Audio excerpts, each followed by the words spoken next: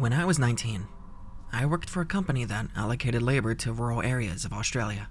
Basically, what you did was tell them when you were available, and they would send you to a remote farm for a few weeks, where you would do whatever they needed done. It was hard work and long hours, but good pay and good fun if you got in with a nice group of workers. When this occurred, I was working on a large property about 9 hours from Sydney City. I was told it covered roughly the same landmass as the state of Maryland, USA. The property itself was about 40 minutes from the nearest town, and in short, it was the middle of nowhere. I was working at the farm clearing bushland with 3 other guys my age from the city. Our boss was a guy called Jeremy who owned the farm and supervised us while helping out with the work. He was pretty laid back and was generally really good to us.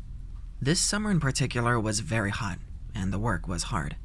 So, one day when the temperature hit about 38 degrees Celsius, or 100 Fahrenheit, Jeremy decided to give us the afternoon off.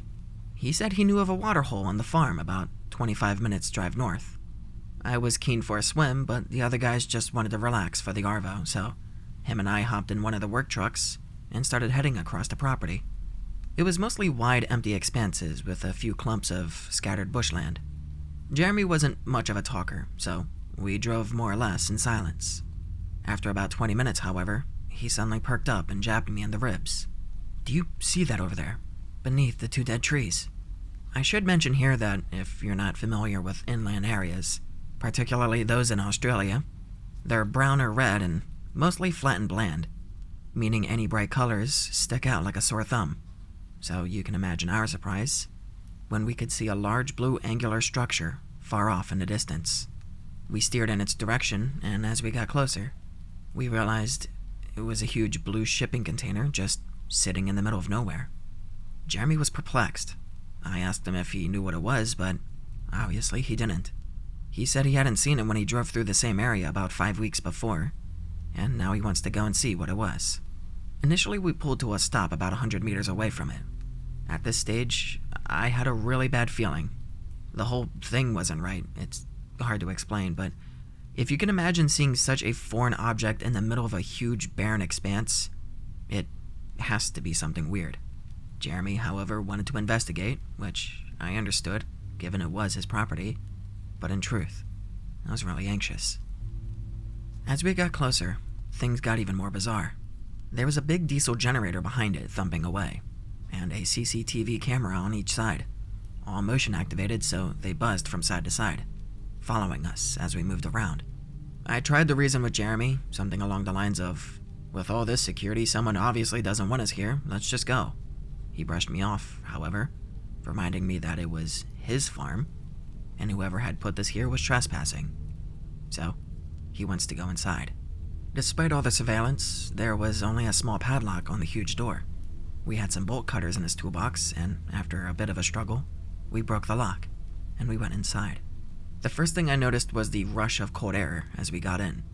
The place was air-conditioned, which, I must admit, was quite pleasant on such a hot day. We searched around for a light switch, but I could see already that this was some sort of IT setup. There were flashing LEDs all around the place, and the sort of hum that you would hear when a hard drive is at work. When we finally switched on the lights, we could see a sophisticated, albeit somewhat cluttered office that was set up. There were hard drives the size of bar fridges and other computer equipment lining the walls, sometimes piled 2 or 3 high. Plastic boxes were scattered around the far wall, and several desks with computer monitors arranged in the middle, complete with rolling office chairs. At this stage, I felt like I was in one of those nonsensical dreams. This made absolutely no sense. We wandered to the middle and sat down at the desks to see if the computers could give us any idea of what the hell was going on here. My heart was racing and I just wanted to bolt. We had been seen by the CCTV, so if anyone was monitoring, they already knew we were here. Jeremy, on the other hand, was adamant that we had to get to the bottom of this. So I put on a brave face and started looking through the computer. This went on for a while, but in short, neither of us had a very high grasp of technology outside of Facebook and Microsoft Word. The best I can describe it from my lay position is that it was endless lists of computer talk. It was like the old Napster or LimeWire download screens, just constantly picking up and receiving data, then recording it on several windows. I gave up on the computers and walked cautiously over the far end of the container to the big pile of storage boxes. By then, I was pretty sure no one else was there, as there was nowhere to hide really, but I was still incredibly on edge. I decided against my better judgment to see what was inside all these boxes. My brief sift through this box still makes me feel sick to the stomach. It didn't take long for me to realize that this box was full of posters, DVDs, and photos, all of hardcore pictures of kids. One thing that still gets to me is that it was all neatly ordered in folders in smaller boxes. These people were organized. I immediately recoiled. I jumped up and ran over to Jeremy. I could hardly string a sentence together. I said something to the effect of, "Mate, get out, child sex, go, get the fuck up." I dragged him out, composed myself, and managed to explain what I saw. We jumped back into the truck and sped back to the house. The farm had no mobile phone reception, and we hadn't bought the satellite phone, so we had to get back to the landline to call the police. Once we called them, they still had to make it all the way out to the farm from the nearest police station, which was in a town about a half hour from the town closest to the farm. As I mentioned, it was very remote. We waited, talking frantically about what we'd seen, until the cops arrived almost an hour later. They arrived with 2 4-wheel drives, and we jumped in and led them back. This is where it gets worse. By the time we got back, the container door was open, and there was a fire inside. We had only 2 small extinguishers in the cars, and these did very little. The fire department took an hour to get there, by which stage most of the damage was already done. An arson report by the federal police found almost no evidence of the computer equipment described, and only traces of paper and cardboard. This means that whoever ran it knew that we were there and had time to come and remove most of it and to get away. There were various ways to get off the property, and the landmass was huge, so there was no real way to tell them. Since the police hadn't taken us all too seriously in the first instance, probably due to our poor explanation on the phone, aerial surveillance was also impossible by the time we had pieced it all together. I took a keen interest in following it up, but with no real evidence of who might be responsible, the investigation went cold. I've kept in contact with Jeremy, and the shipping container is still sitting there on the farm, as it's too expensive to move. I'll never forget what I saw in those boxes. I used deep webs before. I remember one particularly crazy thing that I saw. I'll tell you about it here in a bit. But I will say that pizza was everywhere. It seemed to be the main point of it, honestly. Just like how porn is the point of clear webs. Drugs, secondly, which is why I went on there at first. Order plenty of legit weed and pills without any trouble from the law. It's pretty secure. Thousands, if not millions of people use it for monetary transactions and other illegal shit. And hardly anyone gets caught unless, well, they get dumb. The creator of Silk Road, for example, only got caught because he got cocky and admitted to creating it over clear webs. Then he gave away his address and shit when the authorities sent over an undercover hitman to him, and he openly gave them his information and sent them money. So, yeah. Well, here's my crazy experience from the deep web. I was looking through the list of sites on Hidden Wiki, and I found a blog link to some ex-soldier in Syria, I think. Sparked my interest.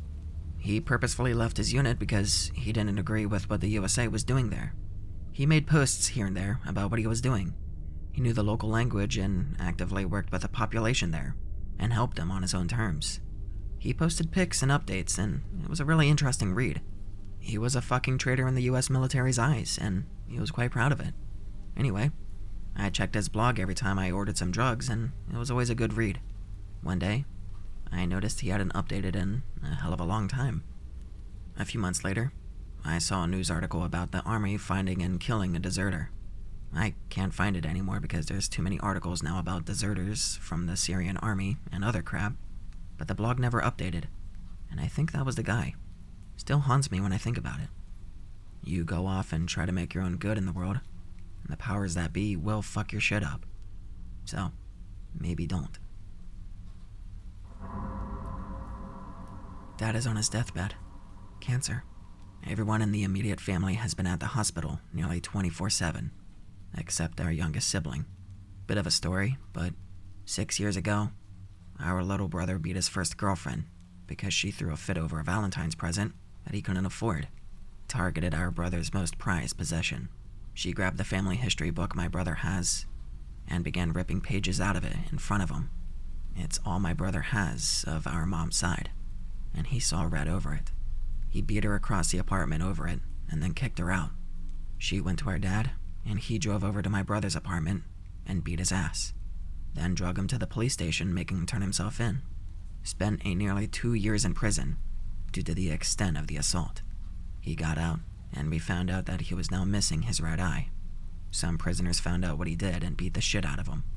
After he left prison, my sister picked him up and took him to Dad's so he could salvage some of his stuff and get back on his feet. While he was in Dad's getting his stuff, Dad was trying to strike up conversation and apologized for forcing him to turn himself in. He got no reply, and our brother walked out. He disappeared, and basically never comes around. Our oldest brother was able to get into contact with him recently, and told him Dad's in the process of dying from cancer. He replied back on the line, "Yeah, that's what happens when people get cancer. They fucking die." Then he got hung up on. Can we even salvage this? Be me. 2017. Second worst year of my life. Best friend, we'll call him Martin, offers to take me out hunting with him. We go to Clark County, Alabama, to some land that he pays to hunt on. It was a beautiful experience. Shot my own 8-point buck on my first night out. I relaxed the entire time. 2018. Best friend invites me out again. A month or two before we head out, a huge storm hits the area. When we arrive, the vibe is very different. It just feels off. That serene feeling I enjoyed is missing.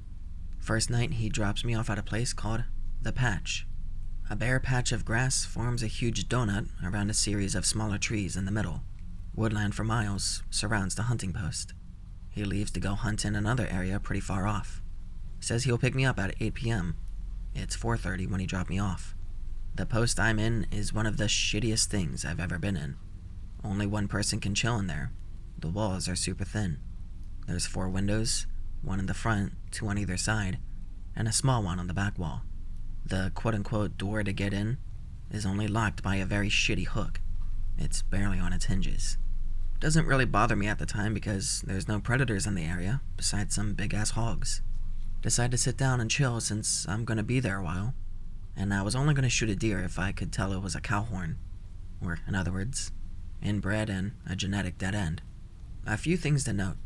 I had a hunting knife that Martin gifted me, one of his rifles with a few bullets in case I needed to take a second shot, a thermal scope, and a high-powered flashlight. There was no cell phone reception. I found that out when I tried texting someone. Some of the other areas had reception, albeit with very poor service. I decided to just chill and enjoy the ambience. It was a pretty afternoon. A few clouds were out, squirrels were jumping around, trees were rustling, the usual. Just as the sun was beginning to set, the ambience drastically changes. All the trees stop rustling, no squirrels, no wind. It goes dead silent. Suddenly feel dread in my body tenses up. From behind me, I can hear something walking towards me. It did not sound like a deer or some hog or anything else. Its gait reminded me of a human's walking through the woods at a pace that implied it was stalking something. I remain perfectly still, making sure my breathing is steady, and I keep my eyes fixed ahead. My hand instinctively grips my knife that's strapped to my chest. Whatever is behind me keeps moving closer, making no noise besides its footsteps that crunch the leaves. It's still fairly sunny outside, but I didn't want to look at it. It moves to my right and stops by that right window. Then it starts exhaling. Not inhaling and exhaling, just exhaling. It was raspy and heavy, like someone had just run a marathon, but it was inhumanely deep.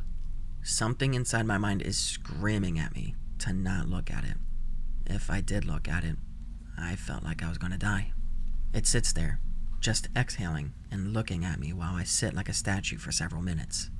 And then, it's gone. No running away, no leaves crunching in the distance. Just silence again. I stay perfectly still, not wanting to move. Gradually, the ambience returns. The wind rustles, The leaves, the squirrels are moving again, and I even see a family of deer appear, but I'm too freaked out to leave. I don't even know where my friend is, and I can't call him. All I can do is wait.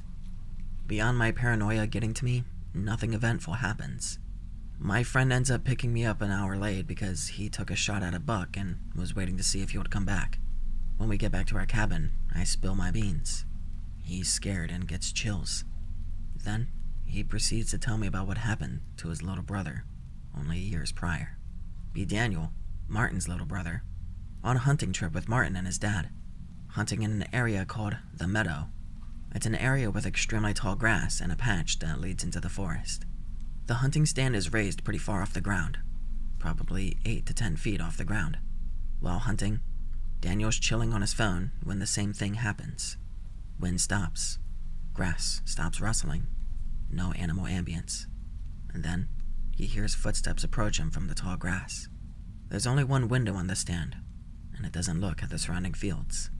The footsteps slowly walk up to the stand, and then stop directly underneath him. He freaks out, starts texting his family to come get him immediately, too scared to call or make any noises. Martin and his dad drive out to get him and find nothing under the stand. Daniel never hunted in that area again. The strange thing is that Martin and I hunted there, and nothing ever happened.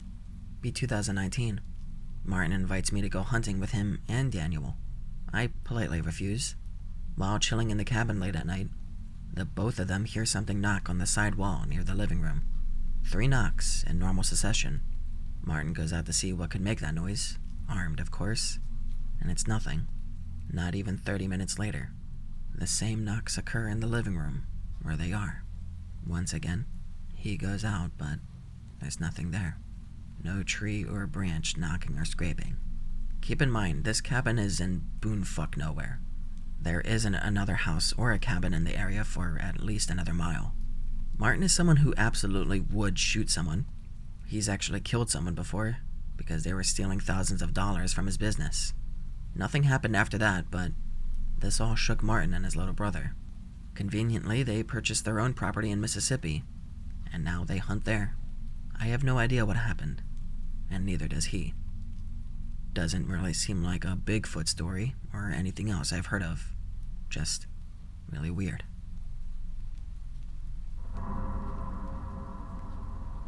Gather up friends. Find rando interested in Nexpo type content. Bonus points for any schizo disorder. Befriend them. Establish trust. Find out roughly where they live. Pretend to have stumbled across a bizarre cult. Have bizarre websites and online groups set up for this. Ritual videos, pics, photoshops with local PD and politicians, all to convince them. Start investigating it with them. Set up mock ritual site near where they live in the middle of nowhere. Pretend to find it via video clues. Convince them to go check it out and to collect evidence. Keep this going until they feel like they have a massive bombshell to drop. Help them compile evidence. Teach them how to reach large numbers of people and help them set up posts for multiple social medias. Get them to set a time for this info to post. Keep them distracted before the time. Already have mock ritual site cleaned up. Delete all online presence of the fake cult. Do this before the video drops. After their drop of seemingly sourceless info, come out as a concerned anonymous friend of the person and claim that they make stuff like this up for attention and that they're actually an untreated schizo. Ghost them completely. Watch them spiral into paranoia and doubt publicly. I've considered doing this for some time. Perhaps it's a bit sadistic, but it would be unbelievably fascinating to watch unfold. I've already done some small setup for it. Thoughts? Improvements on the idea and formula? Legality? Ethics? He has to question the ethics of this. I have some spooky stories. English is not my native language. Be me, Mexican friend. Be part of the army for at least 7 years. Patrolling and being stationed at bases most of the time. Really shitty. Trying to apply to a different branch many times. Similar to Spec Ops or Special Forces, but shittier because Mexico. Be accepted and assigned my first mission and new unit. We are tasked to survey an area that was used as a lab to cook hardcore drugs up in the mountains. Place was raided and dismantled a few years ago, but As always, they seem to be back, as it's a good spot. A small unit of 5 must watch the area and report back if we spot cartel activity. They always cook late at night. However, we must survey the area all night from 7 p.m. to 7 a.m. There are 2 locations that need to be watched during those hours. A structure previously used as the lab, and the main path they use to get there, both built by cartels. Sergeant stays at camp, recording and reporting activity, and the other 2 survey those 2 areas from 7 to 7. Next day, the other 2 rotate and survey. Night 4 out of 7 till next patrol comes. Nothing's happening at all. Bored as fuck. My expectations for this unit were too high. Surveying the structure mentioned from a safe distance, about 2 a.m. Radio checks each hour. Guy surveilling the main path calls in, says he's got something. Guy surveilling asks to change radio channels so they can chat privately. A couple minutes pass, and Sergeant says he's sending in the other 2 as backup. I'm puzzled and confused. Asked why and if we should expect combat. Sergeant says it's protocol. I don't recall that protocol. As far as I know, we should just watch and report. About an hour or so, the other guy arrives. I continue the surveillance while he randomly checks the surroundings. The night passes, and there's nothing to report. Night 5 out of 7, I'm staying at camp. Night 6 out of 7, I'm surveying the structure again. Late night around 3 to 4 a.m. Forest goes dead silent. Hear some noises, like whispers and tree leaves breaking. I feel that something is watching me. I better check it. I'm up in a tree on a platform installed by the previous team. We use a rope ladder to get up and down. We're not supposed to use our flashlight during the night, so we don't reveal our position. I'm just trying to see what it is that's making that noise with just my eyes. Whispering and movement increases below. Now I can even distinguish some words. Something like, perhaps we should, and some creepy jiggling. I'm shitting my pants at this point. This is not wildlife. So I yell, I'm military, and I have a gun. I have permission to use lethal force, and etc. He said that. He said etc. Voices just laugh in a creepy tone. They're just below the tree. Fuck it, I'm using my flashlight. I need to see what I'm dealing with. I point my flashlight to where the voices should be, and I can see shadows moving really fast away from the light. Keep trying to reach them with the light. Hear a whistle and a, hey, coming from the opposite side I'm looking at. Point my flashlight. See a creepy man smiling at me. He's as pale as a paper sheet. He's really tall, and his eyes are sunk deep in his sockets. It almost looks like he has no eyes. As I'm pointing the flashlight from his toes to head, he just vanishes. The noises stop completely, but the forest is still silent. I'm so scared I can't even move. I manage to use the radio. I'm so fucked up I can barely speak. Sergeant notices it immediately and says, we're on our way. They arrive and help me get to the camp. Surveillance is canceled. I'm feeling very exhausted, but no way in hell am I sleeping. No one asks what I saw or what happened. They just tell me to rest and that we will be gone from there soon. I'm able to get some sleep at dawn. Night 7 out of 7. I'm staying at camp. Surveillance is resumed like nothing happened last night. Next day, the other team arrives at camp. The sergeants talk and exchange information. We leave, walk for several hours till we reach the pickup location, and we're transported to main base. The other guys just talked about normal shit. As I'm new, I'm afraid and hesitant to ask about the incident. 6 months later, I get to know 2 guys from the same unit. They were not part of the same surveillance operation. We're at a bar talking, so I tell them what happened and ask for their opinions. They do not look surprised at all. They basically explain to me that it's common in that kind of operations to see weird shit. When the army raids their crops, labs, training camps, houses, and etc., they often report similar things. According to them, cartels pay huge amounts to shamans or witches alike to protect their lands from the army to keep them away, and to know when the army or police is on their ass. I cannot fully believe that, but here, it's often talked among the military. At this point, I've heard many similar stories. There are cartel cultists, though their activity has decreased. I've still heard horrific stories. The closest contact I had with an evil cult was after a raid in a safe house that they were using. We were just there watching the place before the forensics arrive. There was a fucked up smell in the whole entire place. A buddy says, "Come over here, Anon." A whole room full of human bones, animal remains, and things I couldn't identify. Everything was placed around a big pot. They were fresh human remains. It appeared they were removing the bones from a fresh corpse. I later found out it's a voodoo religious practice called Palo Mayombe. It consists of creating an entity through a religious ritual of some sort, and you need to make your spirit stronger each time, so you add human or animal bones to the pot. Pretty fucked up. And Anon replies, "Are cultists easy to put down, or is all that hoodoo bull legit?" OP responds, "I don't have many references as far as combat goes, but when it comes to getting caught, they are unbelievably fucking lucky. During a debrief about checkpoints, what to look at, who to stop and check, they were using some examples on how cartels go through these checkpoints several times, despite being on a wanted list, despite having drugs on them, or sometimes literal human remains. All of those times they were not stopped, and the canines didn't smell anything. Despite all controls, protocols, and shit, they somehow get through the main gate." Here's another one. I'll try to sum it up as it is long. Be me patrolling near a beach and watching over tourists. Even cartel respect the tourists that buy their drugs, so all is calm and easy. We can even chill for some time. We receive a call. A missing military official with a military vehicle has not reported in. They're not responding, and they're late. A huge search is deployed for where the official went and the surrounding area. It's difficult. There are many ways and roads to look.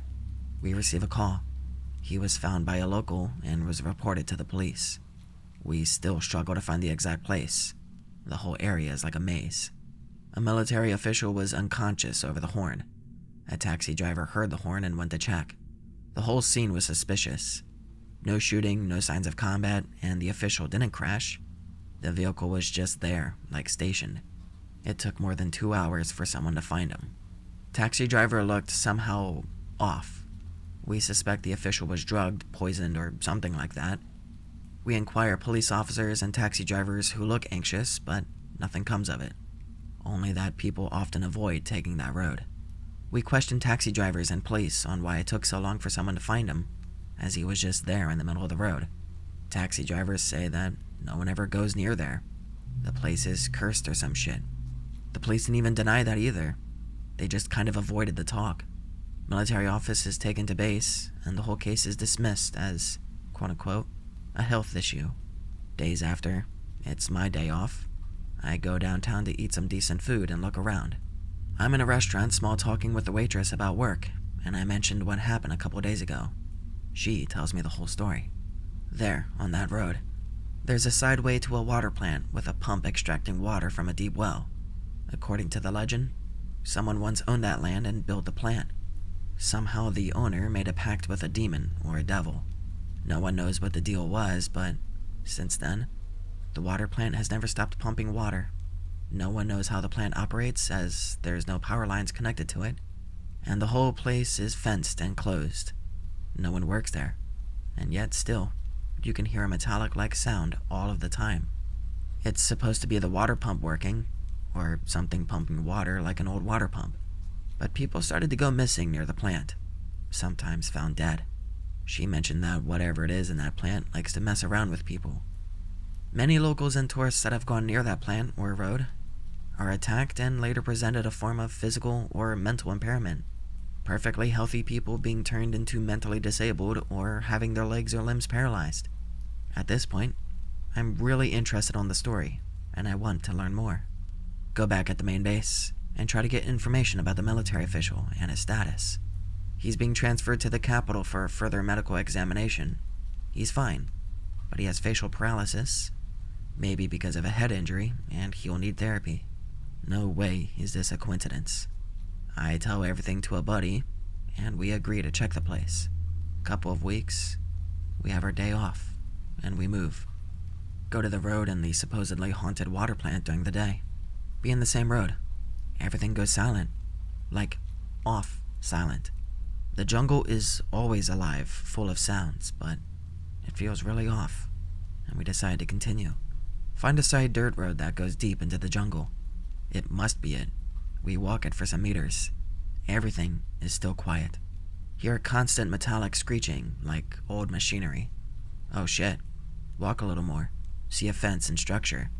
The noise is louder now. We just check from the distance. It seems old. No power lines or traces of people being around for a long time. The jungle eats everything within some days. However, the place hasn't been touched by nature either. Be looking around and trying to peek a little. Metallic sound stops completely. Me and Buddy don't say anything. Look at each other.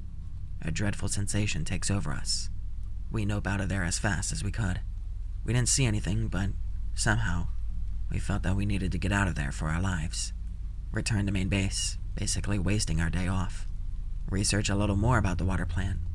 I find weird stuff, like a water company owning that plant. It's the only plant that they own, and the owner should be over 80 years old. I didn't dare to go there again. Here's another one in case someone's interested. 2017, huge earthquake hits the country. Several buildings collapsed completely, or even partially. There are people trapped in some. We're deployed to help in search and rescue of trapped people.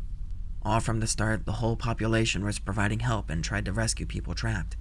Although this was seen as very positive, it was actually very harmful. Trying rescues without the proper knowledge, moving debris up and down, caused some buildings to collapse again, or people trapped to become crushed. Second day of search and rescue operations, and we bring in heavy machinery, as there are tons of debris to be removed, and at some point, it will be used to clean the whole collapsed buildings until all chances of rescuing people have been exhausted. Usually people distrust the government and think that we'll use the heavy machinery where people might be trapped. And so, things escalate.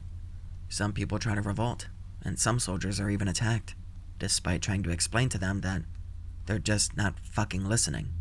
We don't let them trespass, as they can cause the buildings to collapse again, and the noise will prevent search and rescue to hear people that might still be alive. These people are fucking stupid. See an old lady in the restricted area near a building partially collapsed. She seems disoriented and confused, sad and worried at the same time. I think it's someone whose family is still missing or trapped, and I go to get her. I'm nice to her, and I tell her that she can't be there, that she can get hurt or worse. I think she managed to get in when people were arguing and revolting outside the restricted area. I am walking her out when she starts to weep. The moment I touch her shoulder to try to comfort her, a sensation of sadness and sorrow take over me. A couple of tears fall from my eyes. I think the whole situation is very emotional. She didn't say anything, and I walked her out of the area. I ask her if there is someone that can take care of her. She just walks out to the crowd. Days later, the body of an old lady is found in the building that I saw the other lady days ago. She died trying to protect her toddler grandson, but both were crushed. Most of the bodies found were similar to those. I see when the body is being taken out and cleaned of debris. It's the same old lady. I feel like shit for walking her out of that area. Be me, teenager, dude weed lamau. Basically fed up and want to do something different during my high school holidays. I was 15 at the time. This was back in 2004. A friend of mine invites me to go camping with him in this place called Honey Island. During high season, it's full of normies and families, but off season, it's just natives and people who want to get high and abuse drugs. We obviously decided to go in the off season.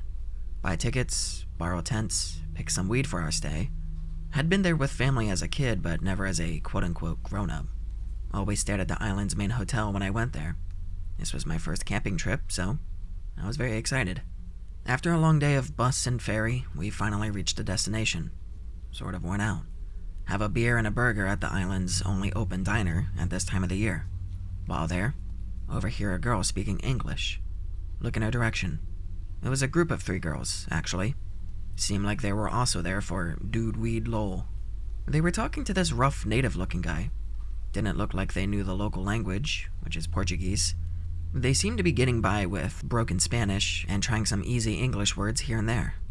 Seemed like they were trying to buy something, or he was offering them something. Drugs, likely. Too tired to try and strike up conversation with them, so fuck it. Just munch my burger and light up a ciggy after I'm done.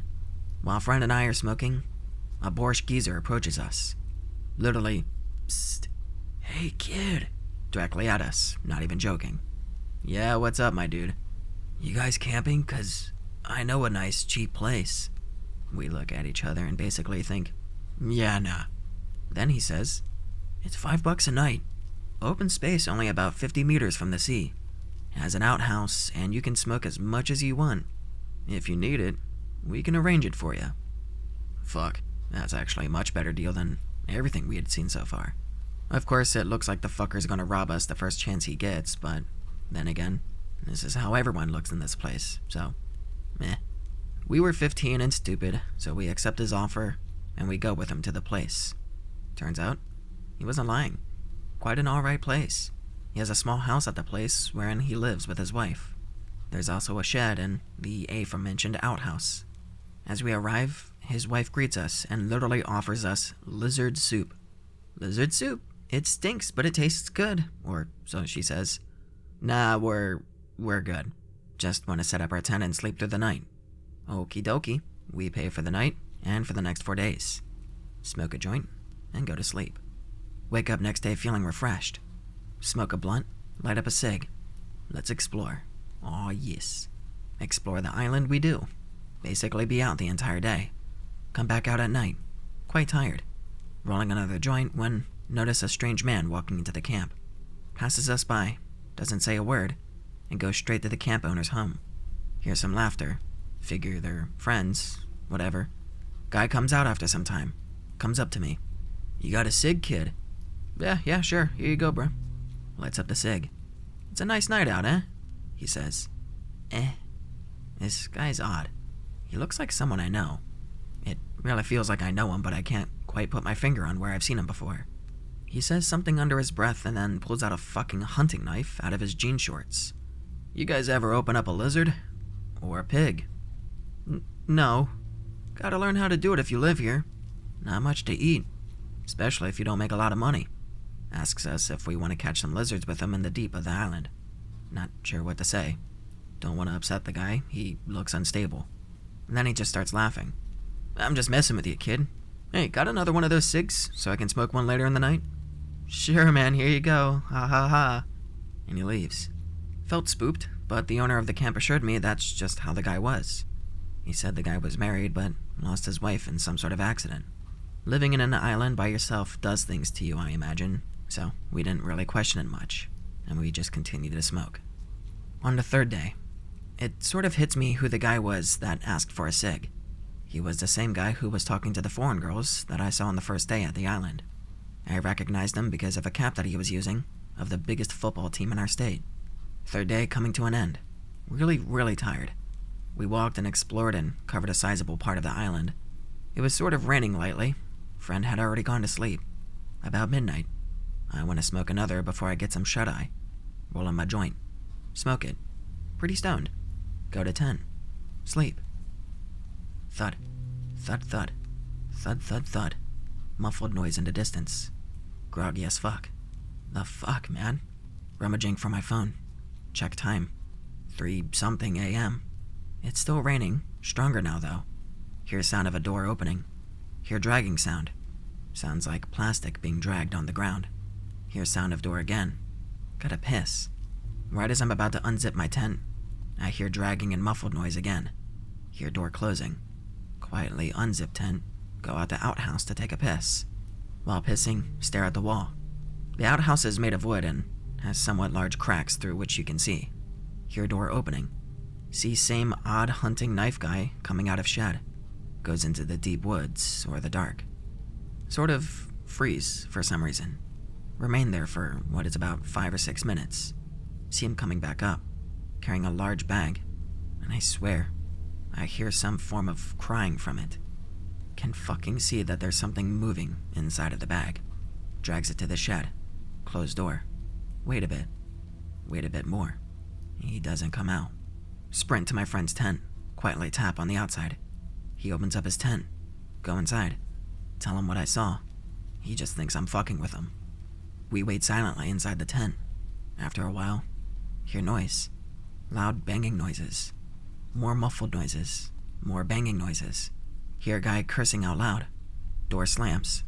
Sounds of someone pacing around in a hurried manner.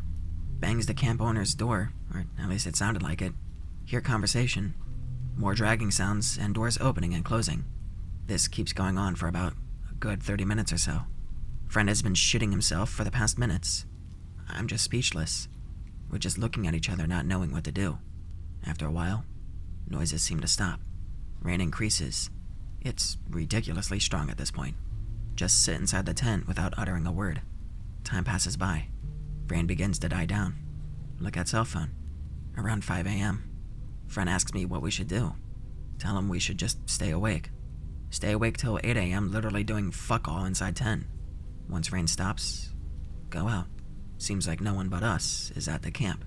Start packing our things up. No shit's given, just pack everything as fast as we can. Leave before anyone comes back. Go and take the first ferry in the morning back to closest town. Thank God it was our last day there. We even left some money as a tip to the camp owner. Never bothered looking inside the shed to see if there was anything weird. Never bothered waiting. Never bothered doing fuck all about it. Just called it quits right there and got the fuck out of the place as soon as we could. I have a few stories from my grandmother's old house. The house was built in 1990, so it's not that old. Definitely wasn't a breeding ground for bad mojo, like a lot of ancient houses are. B16. Visiting my grandmother and shitbag husband, my mom's stepfather. It's a long story as to why he is said shitbag. Grandmother has a huge master bedroom with a big gorgeous mirror. Putting on makeup in said mirror, 19 feminine now. I look down to put away brush that I was holding to pick up mascara. As soon as I look back up, there's a fucking face in the mirror. I literally have no way of describing it other than it was pure fucking evil.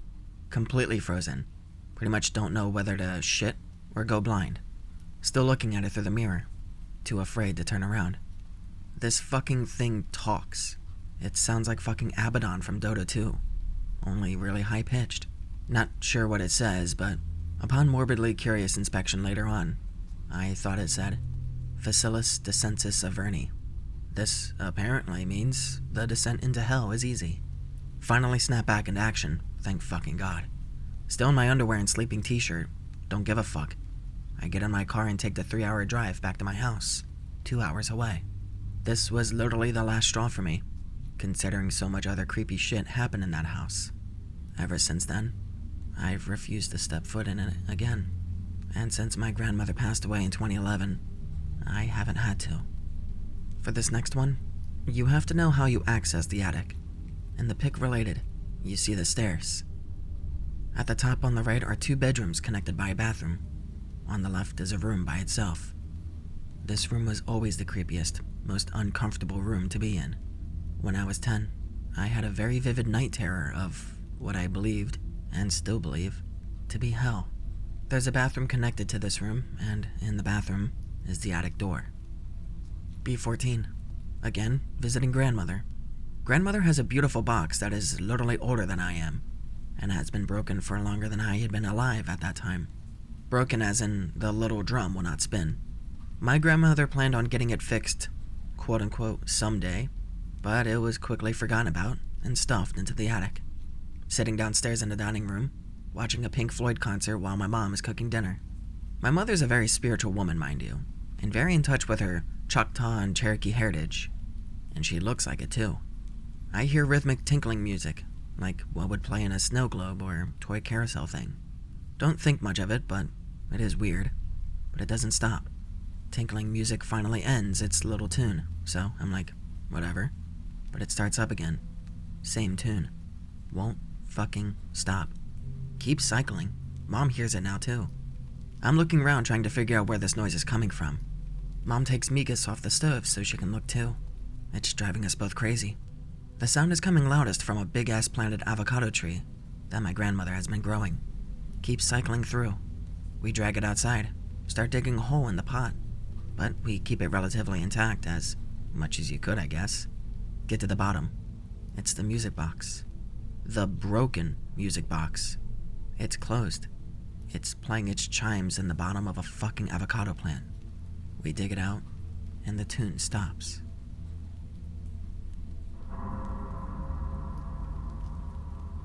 I used to be a sailor. I won't go into depth into my background, that's all you need to know. But it was a top secret expedition. I have years of experience in the field. I served in the Navy for 20 some odd years. I had connections and I was trusted, and that was the long and short of it. Whatever was going down, no one was supposed to know. Certain higher-ups in the government and the people I was transporting. Even I only knew the bare minimum. A cardinal direction, vague coordinates, and strict rules to follow. I was told it wouldn't take too long. Nothing extreme, nice and easy. Straight out and then back. I'm on death row. Not literally, but I'm in poor health. My sailing days are long over, and this took place years ago now. I won't give my name, but even if I did, it doesn't really matter now. The sail seemed pretty routine until I learned of the cargo. Special forces. Not any branch I'd ever heard of. They all wore these creepy masks. Wooden ones. Carved. Holes for the eyes. Weird patterns like swirls carved into them. They never ever took them off. Not around me, at least. Still to this day, I have no idea who these people were. They wore tactical gear and were fully kitted out. I wasn't sailing in any usual dinky boat. I was graciously provided with a top-class vessel, bigger than I was used to sailing on my own time. I was provided with a few other crew members. These ones weren't masked, just run-of-the-mill deckhand types. Said they were in it to gain prestige and recognition. Said they messed up in the Navy, and this was their chance to be redeemed, instead of a dishonorable discharge. We had plenty of supplies provided. Enough for a month, even though it was probably a week-long journey, tops. These special forces, they wouldn't interact with any of us. They would just shove past. I could feel them glaring at me with horrible expressions, even though I couldn't actually see them. They wouldn't even directly speak to any of us. They would write down commands and hand them for us to follow. It was uncomfortable, but not something I was unfamiliar with. I knew their type. We were also assigned a captain, a real hard-ass. I didn't know him personally, but I was definitely aware of him in my time of service. He was the only one they would talk to, but only ever in private quarters. Each time the captain would speak to them, he would come back looking different, often visibly afraid, sweating sometimes. The rest of the crew would gossip. I knew better than to do something so stupid, though. They would make jokes about the elites and government conspiracies. Honestly, I just wanted to get it over and done with. It took us a while, but we finally set sail. And not long after we set sail, we got called in for a meeting. The captain informed us that the plan had changed, that we couldn't be trusted with confidential information while we were still docked. Our destination had changed. And he still wouldn't tell us the purpose of the mission. He handed each of us a plastic bag, a vial and a needle inside all of them. Multiple vials. Looked like a week's worth.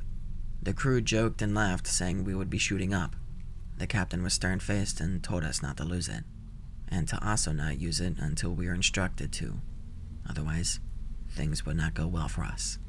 And that shut everyone up. Night was closing in fast, and we were told to rest up, and that the journey would be much more demanding starting tomorrow. One of the crew members didn't listen. Andrew, his name was. He said screw it. He wanted to find out what it was. It looked like some green congealed substance. Nothing any of us had ever seen before. He injected it into his arm without missing a beat, and the reaction was strange. At first we thought he was having a seizure. We started panicking, freaking out. But all of a sudden, he just sat up straight, like he'd just woken up suddenly, like he had been called to attention, and his pupils looked crazy, bigger than I had ever seen, and his iris, it wasn't its usual brown anymore. It had streaks of green. The veins were all stressed and almost popping out. We tried to ask him what was going on, but he didn't respond to us, just sat up straight, looking forward into the distance. This lasted all fucking night. When the captain came in and saw it, he had a look of desperation on his face. All he said was, fuck, you idiot." He ordered him to get up and to follow him immediately. This fucking guy did exactly that, almost robotically. The motions weren't fluid at all. He got up in, stages, janky movements, but he did exactly what was told of him. The special forces heard the commotion. It was the first time we ever heard them talk.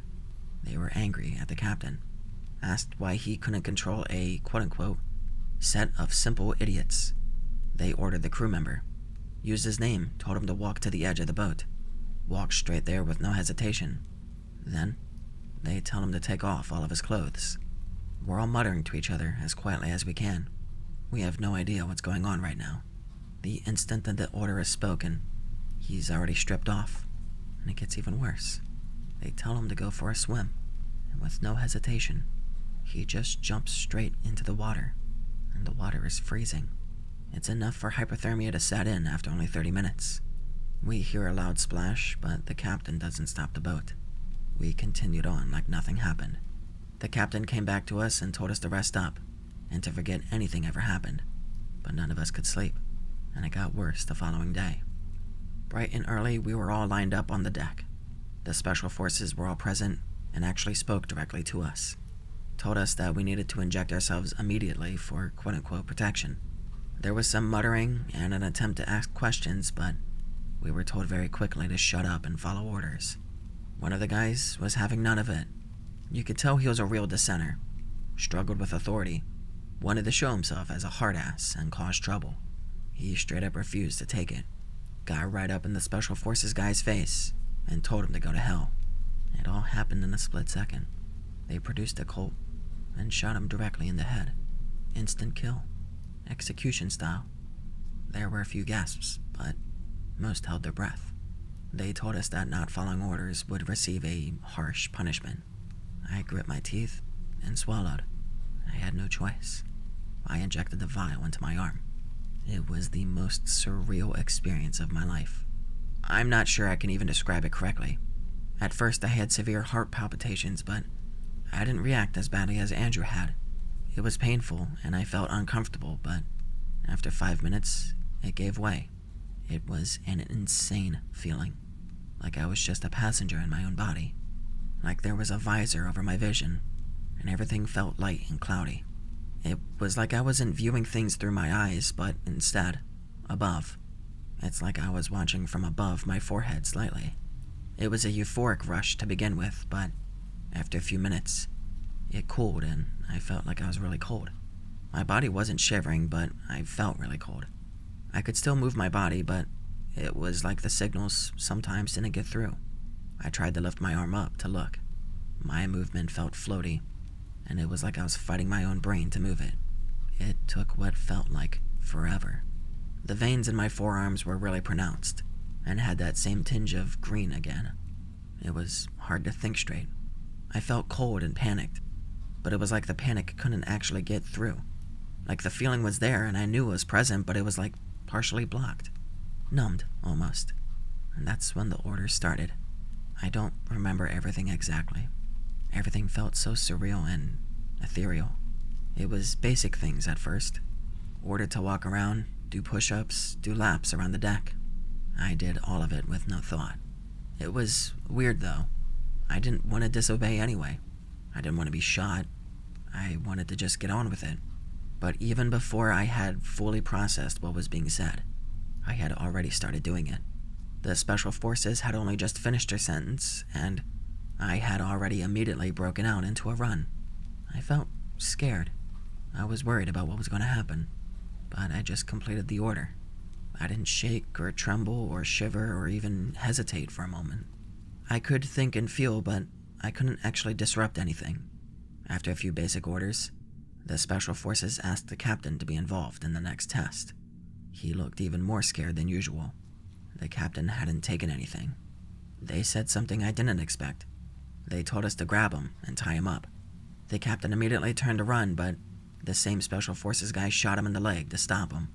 Every single one of us ran toward the captain immediately.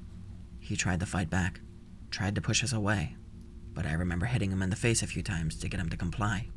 None of us said a word at all. We didn't ask him to calm down or to stop.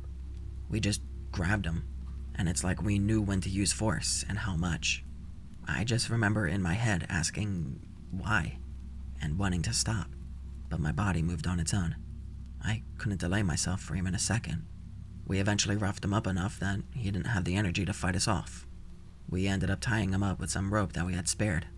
The Special Forces guys started speaking again. They told us how the captain was actually a traitor, that he had been leaking details of the secret project to our enemies, and that he needed to be punished now. The captain was screaming the whole time, denying the whole thing, but he got hit repeatedly by the same Special Forces in order to shut him up. They told us that it was our duty to ensure he was punished. This was such bullshit. I scoffed when I heard what they were saying, but the scoff only happened in my head. They told us to throw him overboard. In my mind, I was planting my feet, refusing to take another step. Even if it meant being killed, I would not be part of something so wrong and disgusting.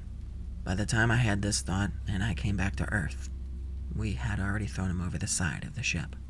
A splash, followed by a long, haunting silence. I was almost crying, but my mouth and my face, there was nothing coming out. I was crying only to myself in my own head. The memories after this gets fuzzier. I remember being ordered to damage the ship, to quote-unquote make it look like an accident. I recall a blur of people throwing items overboard, taking axes and other weapons to the ship. I remember lighting a match inside the captain's quarters. I didn't even light it. I didn't even walk in there. It's like I just appeared there with the match already in my hand. I went to grab my arm and stop myself with my other hand, but it wouldn't move, and the match was already on the ground. I remember being given one final order. I don't know what happened to everyone else, but there was just me and one other crew member on the deck. A meek fellow, one who was brought in to have a second chance. We were staring at each other, our eyes locked. One of the Special Forces handed me a gun, told me to cock it. I couldn't even stop myself. I was screaming, but nothing was happening. Even though he was showing no emotion, just a dead stare. I swear I could see a slight tremble of his lip, and a glossy look to his eye. I was ordered to shoot. I was shocked by a sudden bang. I saw what happened. I saw what my hands did. I saw what my body did. I just didn't believe it. Then, they told me to point the gun at myself. I did it instantly. I don't know what exactly was happening, but my hands were actually starting to tremble. My knees were actually wobbling. I was trying to close my eyes, but I only managed to get them halfway. I still had to look, and they noticed, and they talked. I was stood like this, shaking, not knowing when they were going to tell me to pull the trigger for at least 30 minutes. If I had control, I would have pissed my pants. They talked to each other, and then on the radio to someone else. At the end of the 30 minutes, I was told, at ease, and then I got hit in the back of the head. I don't really know what happened after that. I remember flashes of things. The ship gradually becoming engulfed in flames, being dragged to shore, being put in the back of a vehicle. Nothing's concrete though. It felt almost like a dream sequence. Then I woke up back home with no cause, no explanation, but I did receive payment in full. More than that, I received my share multiple times over, enough to pay every crew member on board. I don't know why the fuck they changed their minds, or what this meant. I've lived as silently as I possibly could since it happened. I just want to know why. Why me? Why us? What was actually happening? This happened a few months back, and I'm still not sure what the fuck is actually happening.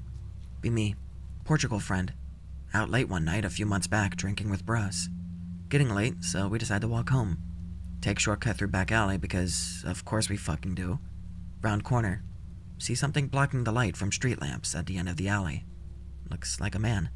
He's just waddling around, bumbling something, which, now looking back, didn't sound like anything at all. Or at least, nothing like a noise that a human would make.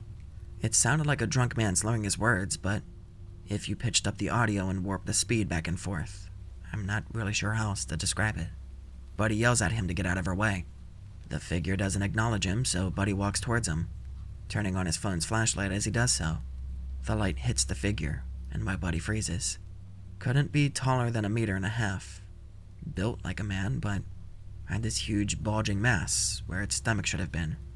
It was bifurcated about halfway down and hung to where his knees were. Had hooves for hands and a pig snout for a nose. It was wearing clothes, but They didn't go together at all, nor fit his body. It was like it took them from multiple people. With a cowboy hat, a shirt that didn't fit its chest, with something English written on it, and it had a small purse hung on its shoulder. Had what may have been vomit staining the bottom of its face. It notices my buddy and starts hobbling towards him. Buddy freaks. The rest of my bros and I snap out of whatever trance we are in, and we rush forwards. Do the only thing we can think of, and beat the shit out of whatever this thing is. It surprisingly went down pretty easy as we just stand there for a minute, kicking it, to make sure it doesn't get back up. Grab Buddy and get the fuck out. Glance back and still see it laying on the ground. Find out later that one of my other bros grabbed the purse it was carrying, hoping to find some ID on who it belonged to, but it was empty. This thing wasn't human. The weirdest thing was, while the purse didn't have any sort of ID in it, my bro said there were some kernels of corn in the bottom of it. Like this thing had been eating corn and putting it in the purse for storage. When will the assault against drunk pig people come to an end?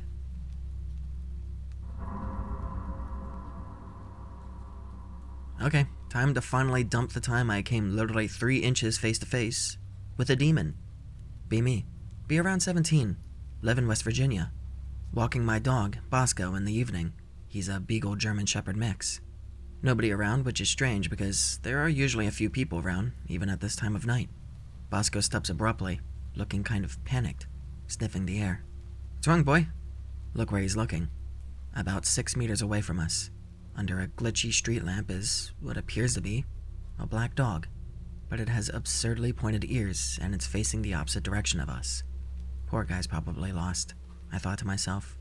Bosco is still completely motionless, shivering slightly even, and his tail's raised way up. Whistle at the black dog to see if I can get the poor fellow over here. My face went, its neck did a full 180-degree turn to look at us like a fucking owl. It has a human face. Wait, a human face? Bosco takes a step forward, haunches his shoulders, lowers his head and growls like a feral beast.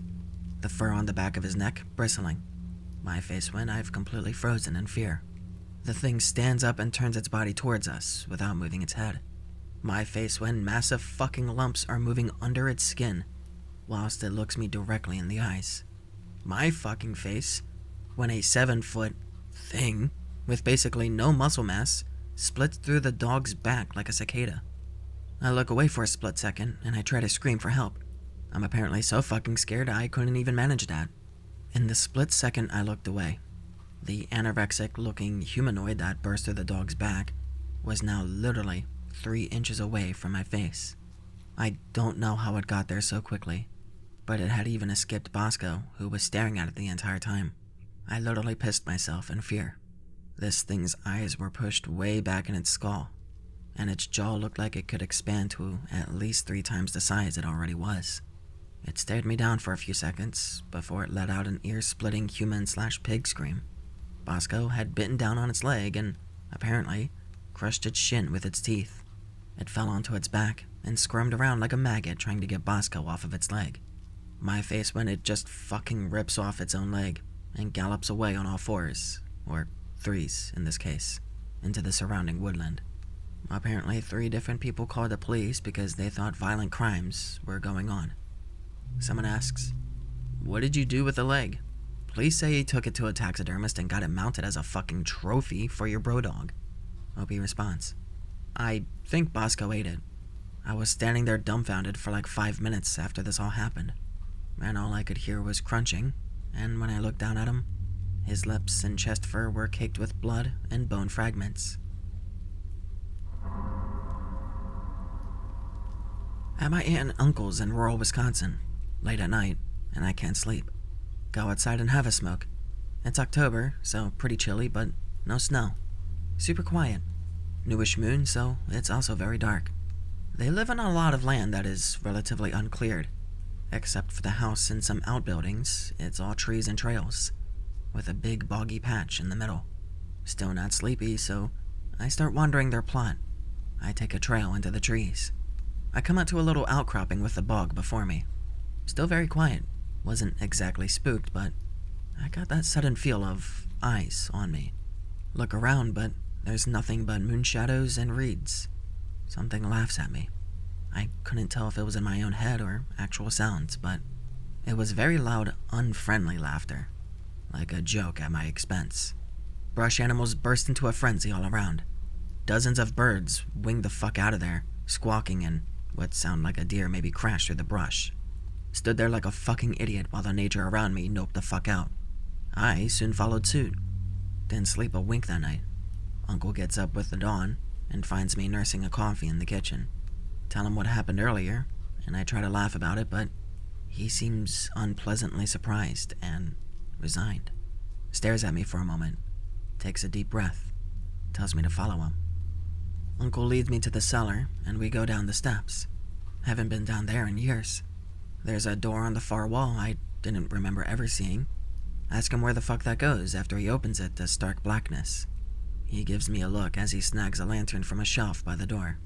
Says, "It's an old root cellar my grandpa dug. Follow me." Walk into the small square room that has a rough tunnel into the back corner.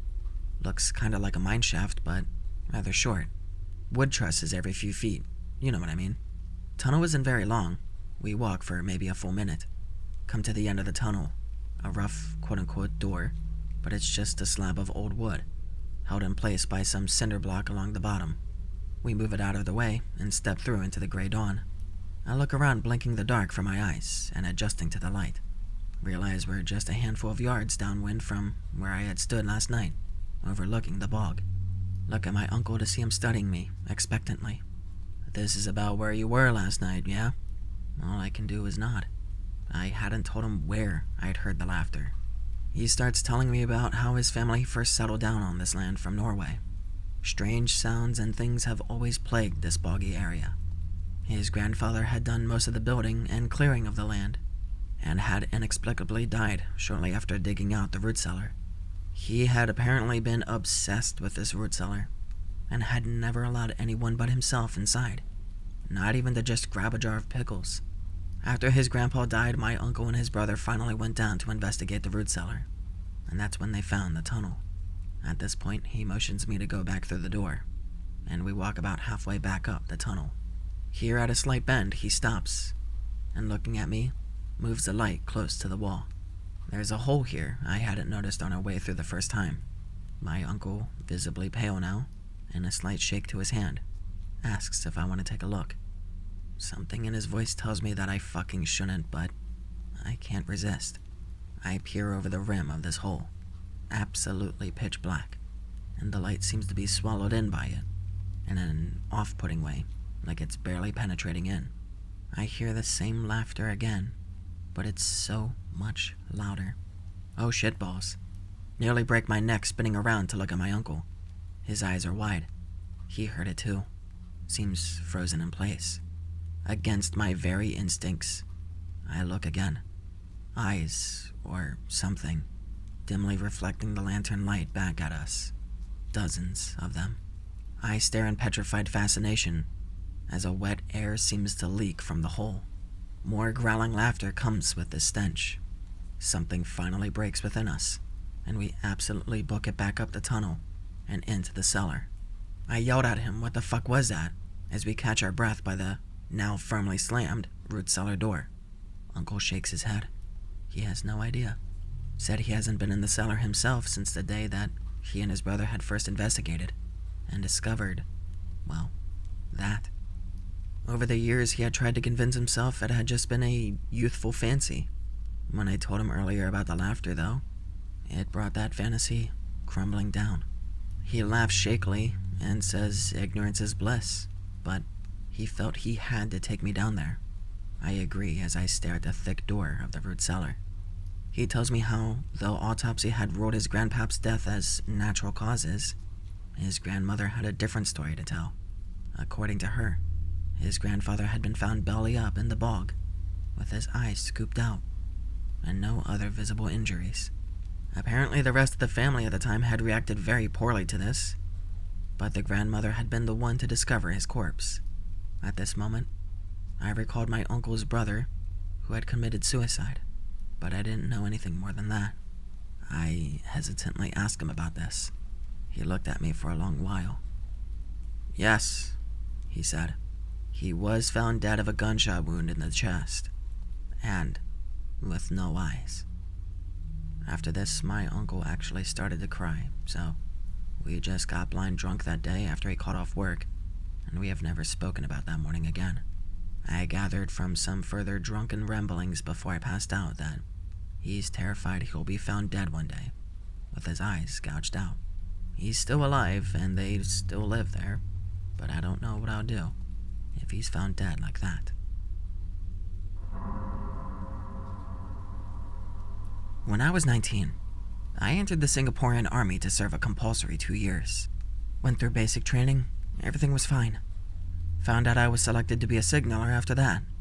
So I went to signal school for 2 months, which is in another army camp across the country. The building we trainees stayed in was a few decades old, but not too bad. It looked clean enough. There were all the bare facilities you would expect. Dorms for sleeping in, toilets for showering and stuff, and a small corner on the ground floor for people to smoke. The first few weeks were uneventful. We slept in single beds, 6 in a row, facing each other. But from the 3rd week on, things began to happen. Small things, but it was hard to ignore them. I slept in a bed which was in the middle of the bunk, and I faced the open windows. Our bunk was on the 4th floor, and there was a tree outside, so it never got too bright. So, for some nights, I would lie down to go to sleep. But just before drifting to sleep, my bed would shudder. It was a jolt, just enough to wake me up. But there was nothing when I woke up fully. Or there would be a random noise, a fractured sound to wake me up. Imagine someone saying something unintelligible to you, just out of the blue. I brushed it off as me just being too tired, but as it continued to happen every other day, it was hard to ignore. It also meant that I would sleep poorly. I would later find out I wasn't the only one. But everyone had their own experiences. People just didn't want to share such things at first. I'll list some of the more quote-unquote major happenings in following posts. Happening number 1. I woke up in the dark. I looked at my watch. It was 1 a.m. I was about to go back to sleep, but I heard 2 people talking. Thinking it were my fellow bunkmates, I sat up to have a better look. There was some faint moonlight coming in from outside, so I could make out shapes. The more I tried to make sense of it, the more I realized it wasn't natural. Everyone that I saw were clearly asleep in their beds. The muttering of 2 voices continued on. The more I tried to listen to what they were saying, the more I could not understand them at all. They were not speaking in English or Chinese or any other language that I knew. It was a bunch of rapid gibbering noises. But there were clearly 2 voices. Terrified, I just slipped back down into my own bed. Happening number 2. This was another night. I woke up again, but this time it was about 11:30 p.m. The room was quiet. Everyone was sleeping. Suddenly I heard the sound of shuffling, the sound of flip-flops on bare concrete floor. It clearly originated in the room, but nobody was walking. The sound traveled from one end of the room to the other. It was exactly as if someone was pacing the room, but I couldn't see him. When it reached the end of the room, there would be a short pause. Then, it'll start coming back again, in the other direction. Determined to know it wasn't just me, I rolled down to the side and reached across to tug my friend who was sleeping on his bed. He was annoyed and surprised to be woken up, naturally, but I whispered to him, Do you hear that?" He didn't understand what I was asking at first, but by the very faint light, I saw his eyes widen in the dark. He could hear it too. "Who is that?" "I don't know. There's nobody." After a while, he shook his head and put his fingers to his lips, beckoning me to be quiet. He turned around and wrapped his blanket over him. It was clear he didn't want to think too much about it. Happening number 3. All this while, the bed shaking and other miscellaneous occurrences continued every other day. The timing of them increased gradually over the weeks, slowly ratcheting up in intensity. One time there was a loud sound that took everyone by surprise. We were chatting and laughing normally, and suddenly it came up and shut everyone up. It was the sound of metal window panes slamming shut, but nothing moved, and the windows were fine. Another time, the door to our dorm rattled loudly, as though someone was trying to open it from the other side. Thinking it was our sergeants playing a prank on us, we opened the door. But, looking down into the long corridor, we were only greeted by a tunnel of inky darkness, and lights were off after 22:30. There would also be loud stomping sounds coming from above. even though the floor above us was uninhabited, locked off, and empty at that time. There started to be gossip, of course. Bringing up the issue to our superiors were either met with denial or deflection, but it was clear from their eyes we weren't the first batch of trainees to experience this. And I wasn't the only one affected in my bunk. A few guys had it worse. People started moving out to sleep in spare beds in other rooms, or even with other trainee batches, even though that wasn't allowed. I continued to stay, thinking I could just live with it, if only for a few weeks more until I graduate. Happening number 4. I woke up again. I wanted to reach out to check the time, but I couldn't move. I was sleeping on my side and there was an empty space on my bed. I realized I had sleep paralysis, so I didn't panic just yet. I couldn't move, but I could see the room just fine. I could see everyone sleeping, which windows were open, the leaves of the tree moving. I told myself I would just breathe normally, and maybe I could wake up naturally. And then, from the corner of my eyes, I saw something.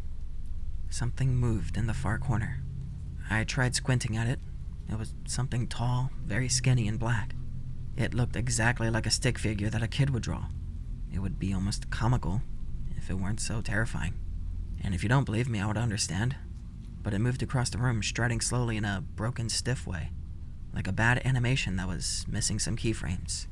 It walked, or limped across the room, as my terror built up and I tried to comprehend what exactly I was looking at. I wanted to say something, to do something, but I couldn't. Reaching my bed, it turned around to look at me. The face was round and featureless, save 2 dots for eyes and a long, wide mouth that pulled up into a smile. It sat down on the empty space on my bed and reached out with one of its arms. It had many fingers, I couldn't even count them. Dried, writhly fingers. It reached out and touched the soles of my bare feet. I could feel each finger, the dryness scraping against my soles, like worms digging for earth. With a massive effort, I broke out and I screamed. And I screamed even more. People sat up and someone ran to turn on the lights. There was nothing there. I was sweating and swearing that I saw shit. I could still feel the physical sensation of it, like an echo that contorts onto itself. I moved out to another bunk the next day. I've had enough. My mental health was suffering. Out of the 12 original occupants, I was the 5th guy to do so. There was only 3 weeks left in our training, but I didn't want to sleep there anymore. This incident legit turned me from a half-skeptic into, this shit is too much for me, man, I'm out of here. It can't be rationalized. I just don't want to be around anything like that ever again. It's very mentally taxing to have physical training in the day, and can't even get a good night's rest later on. I started to doubt my judgment of reality. It's totally not fun at all when you really encounter such things, IRL.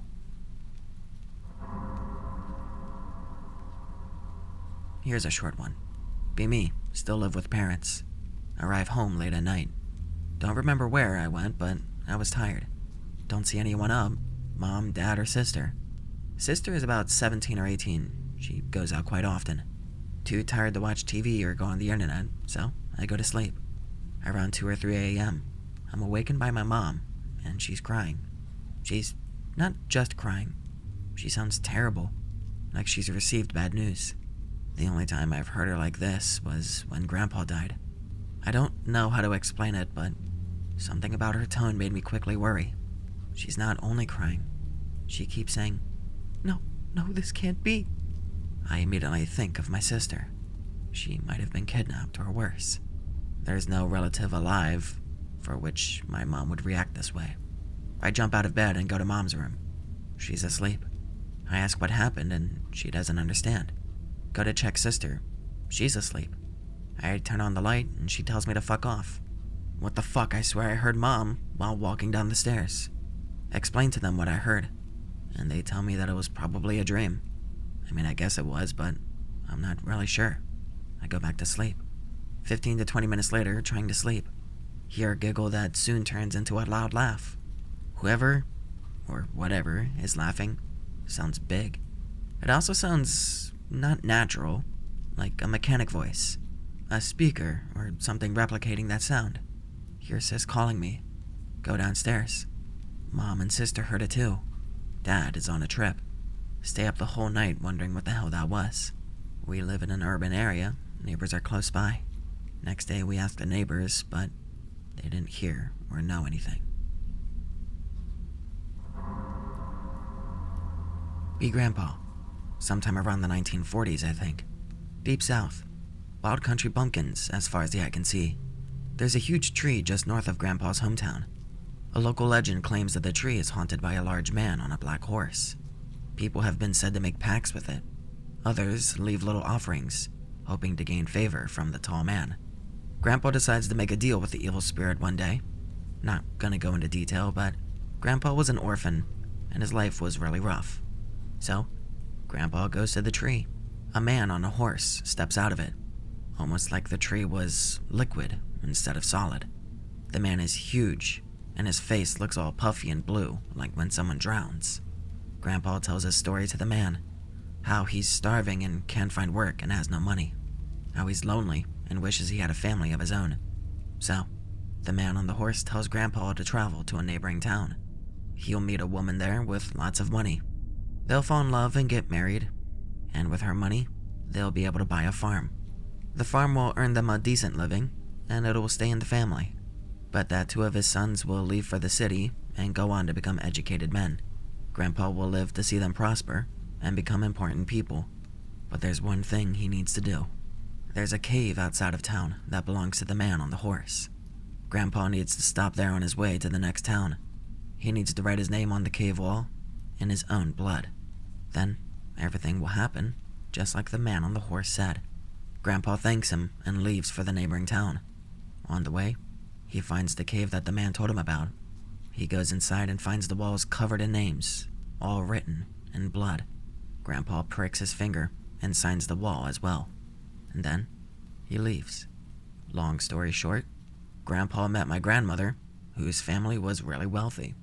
She and Grandpa bought a farm, made a good deal of money, and raised my dad and his brothers. Several years before I was born, Grandpa woke up to find the man on the horse standing by his bed. No horse. The man told Grandpa that he would soon be a grandfather, and that his grandsons would prosper, just like he promised. But, in the 35th year of his life, the youngest boy will be mine. Then, he slowly faded away. I'm the youngest of my dad's sons, by the way. Grandpa used to tell me this story and chuckle. He would say that there was nothing to worry about. He would remind me that the name he signed on the cave wall wasn't his real name. After he'd been orphaned, one of the families in his hometown took him in for a bit. The name that they'd given him was the name he'd written on the wall. So, I'm sure you have nothing to worry about. Then he would pretend to look confused and ask, "How old are you now?" I would tell him, and he would nod very dramatically and say, "Yes, I'm sure you'll be fine." I know this was just a bedtime story my grandpa made up to scare me, but man, could the old man spin a yarn. I'm 25 now, and it still kind of spooks me to imagine that he could be telling the truth. 10 years ago, taking the train home from school. I'm 14 years old, tall and thin, very feminine, long hair and eyelashes, full lips for a guy, barely sporting chin fuzz. Older man with thinning, shorter length gray hair standing at the edge of the platform as I get off the train. Make eye contact. Has a weird statue-like vibe to him, both in behavior and look. There's zero life behind his eyes. Face is gaunt with heavily hooded eyes and a stern nose, like a hawk. Has deep lines and straight-cut features, mouth pulled grimly. Think nothing of it. Take regular mile route home. Majority of walk is down a busy street. Realize after a couple blocks that the guy from the train is 10 paces behind me.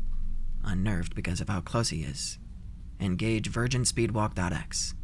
Start walking faster. Take an unusual turn off the main road. He's still following me, keeping pace. Make 3 lefts. He starts keeping his distance, but still following me.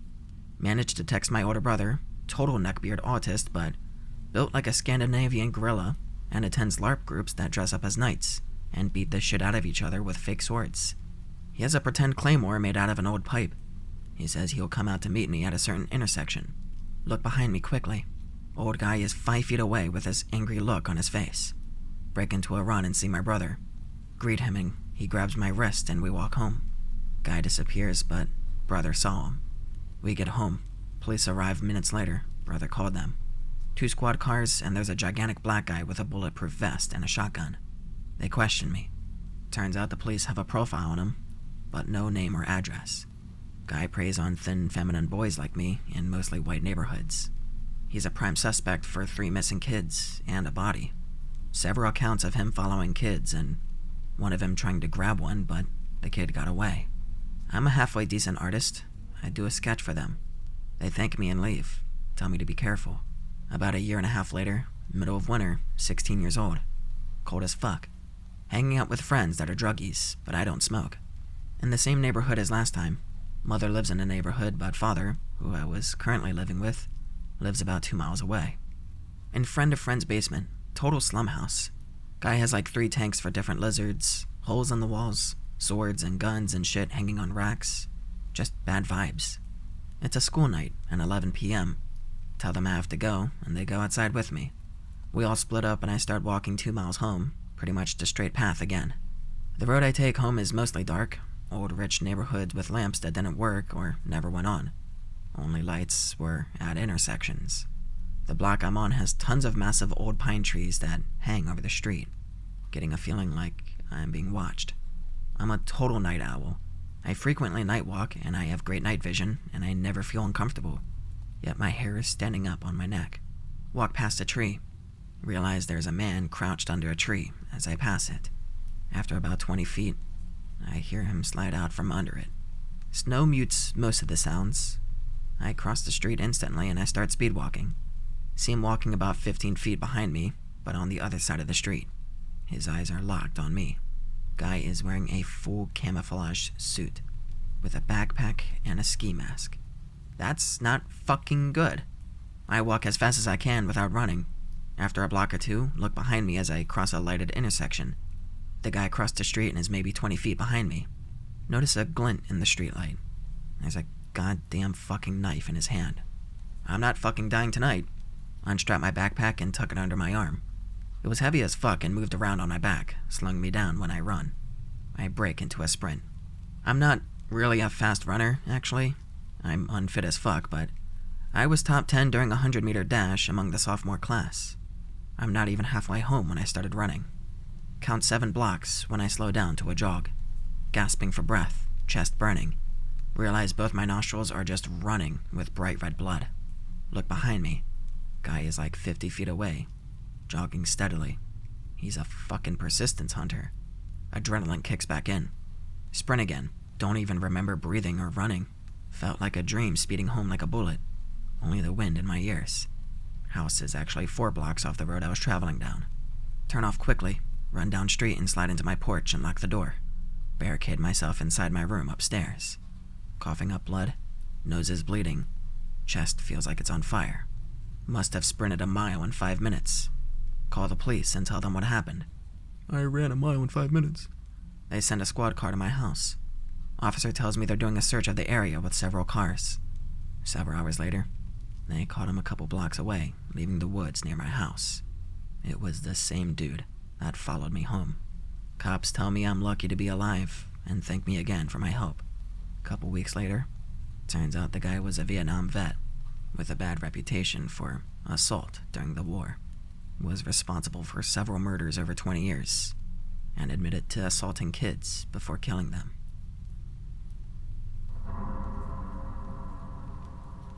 This one is about my time in security. It's my current job, but this is not the current place. Be me, 22, working security for the local Walmart. Since I was a new guy, they gave me the graveyard shift. Boss gave me camera duty since the only people going to the store during those hours are new parents or druggies. Noticed the time was almost 3 a.m. when a very tall and skinny man comes in. Almost looked like a basketball player. See, he's looking for someone to help him. Probably just one of those new parents looking for formula. No one helps him for what seems like 30 minutes. Decide to just go help him myself since no one was going to. Not like I had anything else going on. Go down to the aisle that he was in, and I can't find him. Go to the greeter. This slightly older woman named Angie. Angie, did you see this tall dude come in? Angie looks at me with a weird look. No one's come in since I started my shift over an hour ago, she says. tell her I saw the dude on the cameras looking for someone to help him. Again, she stares at me weirdly. The only door open is the one I'm at, dear. Perhaps you've just been up a bit too long. Yeah, you're probably right, I told her, and decided to just go back to my station. Go back to the cameras and notice the man isn't there anymore. As in, he fucking vanished. Not a trace he ever existed. Think rationally for a second that he maybe either found what he needed or left entirely. I just didn't see him because it was a long walk from his aisle to my station, so whatever. Think nothing of it and decide to go back to my usual of watching videos and drinking cruddy coffee that someone always made for the overnight shift. At about 3:30, I notice a familiar sight. The tall man came back. Wait, what the fuck? This time he's in a completely different part of the store. A section he could not get to without me at least noticing him walk by. Not even Angie seemed to notice. Not even Ronald, the cashier, noticed. No one seemed to notice this man walk into this store. Man again seems to be looking for something. This time he grabs something off the shelf, and he begins to inspect it. Just a box of cereal. Nothing more, nothing less. Man seemingly gets frustrated and begins to hit himself with the box. What the fuck is he doing? I know this is where I'm supposed to jump in, so I run to his aisle to stop him. Man sees me. I ask, "Hey, you okay, bud? You need some help?" "Yes," he said. "I need food for my child. This food is not suitable for my baby." "Okay, I can help you to the baby food section, okay? Just don't hit yourself anymore, alright?" The man nods to me, and we begin to walk towards the baby aisle. My walkie-talkie goes off, and it's Ronald calling me. "Hey, Anon, can you help me with this stacking? I think I threw my back out." "Ronald, can I wait? I'm with a special customer," I whispered to him. Well, I should probably whisper it then. "Ronald, can I wait? I'm with a special customer," I whispered to him. Ronald, being even more new than I, didn't seem to understand what that meant. "Come on, man, my back feels like it broke." Roll my eyes and look back at the man. Knowing I was making a huge mistake, I told the man if I could have him wait for me for just a moment to help a colleague. The man then sits down on the floor and says, "I can wait." Weird, but whatever. I go help Ronald, and like fucking clockwork, the man is gone. God damn it, I knew I shouldn't have left this guy alone. Look around the store. Can't find him. Go check the baby section, and nothing. Maybe it means he just left? I let out a sigh of exasperation. Decide to just go back again to my boring station. If he was dangerous, he would have hurt someone by now. Get back to my station. Almost 4 a.m. now, and my shift ends at 6. The night was not very eventful, all in all. At least I thought. Just as I say that, the man once again pops up on my screen. Okay, what the fuck? I decide this time not to even wait for him to do something, and I just go to him. He was in the electronics section now, and as I got up to begin my long walk over to his section, I saw it. He wasn't looking at anything in the section at all. He was looking at the camera. No, he was looking at me. I know it sounds stupid, but the way he stared at the camera, I just knew he wasn't just staring at the ether. He was looking straight at me. Okay, this has officially stopped being a uneventful night. I go to the electronics and I meet the man again. "Hey, did you find what you need?" "Yes, my baby is well fed now." "Oh, okay, good. Do you need anything else?" "Blue man." He called me as such because, well, I was wearing blue. "Do you watch me?" "Huh?" I was taken back by his question. "Do you watch me from there? From the orb in the sky?" "You mean the security cameras?" "Yes. Well, as part of my job, I actually do have to keep an eye on the whole store to make sure that you and the other customers are safe."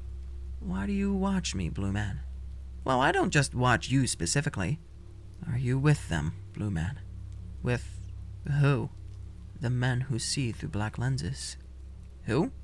"The men who see through black lenses. They see me and they watch me and they follow me." "You mean like people wearing sunglasses?" "Yes, black lenses. They are always following me, always watching me for my child." At this point, I was going to call for a loony bin transport, but then the man continued. "The men who see through black lenses want my child, Blue Man." "And why do they want your baby, sir?" At this point, I just indulged in his ramblings and hoped to just walk him out of the store. He said that his child, and in fact him, were not from this planet, but another planet far from ours. My planet is not very special, Blue Man, but we have secrets. Secrets that are not to be known by your planet. Like, what? The man looked at me. Blue Man, if I tell you, you too will have men with black lenses looking for you.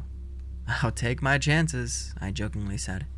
But the man obviously took this very seriously. Blue Man, I shall trust you. I knew this guy was insane, but for some reason I was kind of excited to hear these secrets. Blue Man, do you know of your moon? Yes. It is not your moon. My people gave it to you. We allowed for gravity to be given to you. Through our transportation methods and advanced science, we're able to make an artificial moon for you, so you may be able to stabilize your evolution. You mean, like, you guys were ancient aliens? Yes, we are the ones you speak of in legend and folklore. We have traveled to help other species, other races, to evolve from primitive beings to what you are today. Humoring him still, I ask, okay, why would your people go through so much trouble to get my people out of their primitive stages? To prepare you. For the Great Awakening. The Great Truth. The what? The Great Awakening, Blue Man. The time where all truth, all secrets, all legends are to be revealed to the universe. To all living life forms. To give them a higher sense of self. Okay, but that doesn't answer why you need to advance us at a higher rate than what would naturally occur. Because those species that are too primitive will either die from shock or be so enraged at the great truth that they will kill each other in wars. At this point, I just decided to lead him towards the door, and hopefully he lets me, and the store, be. The man begins to tell me one last secret. Blue Man, remember the men who wear black lenses will one day come for you. You already know too much. Too far into the depths. He says he needs to give me something, but can't seem to find it. I tell him that it's okay and to just go before he attracts the men who wear black lenses. He says he'll be back once he finds the item he needs to give me, and he says the item will protect me from them, and will show them I'm not a part of his race, but a hopeless bystander. I nod politely and let him be on his way. I tell him if I see any black lenses, I'll be sure to tell him. The man doesn't come back that night, and I don't see him for what seems like an eternity. After that, even though I myself didn't believe this story, I can't lie when I said I did notice a lot of black sunglasses around during that time. Feeling all around uneasy, but I just chalk it all up to that weird sensation your mind has when you slightly consider something to be true, even though you know that there is no possible way it is. Fast forward about a month later. I'm no longer the new guy, but I request to be put on the night shift since it's not only easier on my already messed up sleep schedule, but it also is just way easier to deal with than having crazy rednecks or Mexican moms to deal with in the daytime. Just sitting around until about 3 a.m. rolls by. A familiar sight I haven't seen in a long time decides to stroll in. The tall, skinny man comes back. Fuck, here we go again. Decide to go greet him since I think he would remember me and be able to talk him down again. I got to his aisle where I notice he seems even more frantic. Blue Man, I have the item for your safety. I tell him to keep it and make sure to give it to me some other time. He looks visibly distraught. Blue Man, please, you must let me give you this. I tell him that I'll take the gift once I go help another customer. In reality, I just went to go call some local sheriff to take him to a ward, since it was obvious that this man was fucking crazy. The whole walk over there, I could feel his gaze, his presence. I just shake it off his nerves. I mean, what was I nervous of? Hell if I know, I just was. As I get to the camera room, and I grab my phone to dial up the sheriff, I noticed something that made my skin crawl. The man wasn't there. It made me feel so damn anxious. I don't know why, since he's vanished before, but this time it felt so much more eerie. I shake it off and began to dial the number, until I heard a voice behind me. Blue Man! I fucking froze. I just full-on stopped consciously moving. Hell, it felt like my soul had just left my body out of fear. I turn around and I see this tall, skinny man in the security room, with me. This tiny room with a man who I was sure was insane, and I was sure he was going to kill me. Blue Man, I must give you this. Here, Take it. It will protect you." I notice a small white card. There's nothing on it but the word sleep. "Show it to the men who wear black lenses. They will never bother you again once you see this. I must go now. My child is restless, and it is time for us to go home. My mission to evaluate this planet is done." He then bends over, and I see it. A fucking carrier. There's no way he has something in there, right? Then I hear small noises coming from the carrier. My heart nearly burst out of my body. Holy shit, is this guy real? Is that an actual baby? Where the fuck did he get it? I mean, is it his? Did he kidnap it? As I begin to think this, the man runs off, and I never see him again. Not even in the fucking cameras. He once again just vanishes. As soon as I can move, I call the sheriff and tell him to get the fuck down here. Quick. After I gave him my report, nothing seemingly came of it. No one has ever seen that man before or after. I even asked the sheriff if there were any reports of children missing in the area. Sheriff was a friend of my mother's, and he didn't mind telling me that, as far as he knows, no one has reported any child missing, especially not a baby. As I said, no one has seen the man after, but from what has been told to me, it's almost like, up until a month ago, he never even existed. I don't believe anything he told me that day, but for some reason it still shakes me. The way he spoke with such certainty. The fact he almost recited all of this from memory without ever once missing a beat. The card that I have tried researching and found nothing on. The fucking carrier with something in it. All of this, I can't shake it. I have been in the middle of an armed robbery during the night shift. I have seen hobos fight to the death in front of the store. But nothing has ever once come to the sheer level of anxiety and uneasiness that man gave me. Pick related. This is the card he gave me. I still keep it in my wallet as proof that night has happened.